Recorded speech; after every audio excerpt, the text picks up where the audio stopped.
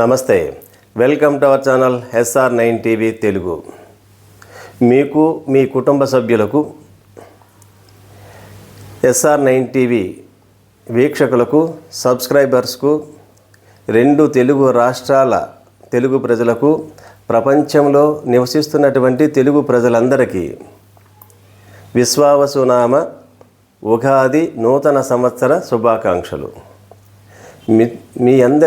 మీకు మీ కుటుంబ సభ్యులకు ఆయురారోగ్యాలను సుఖ సంపదలను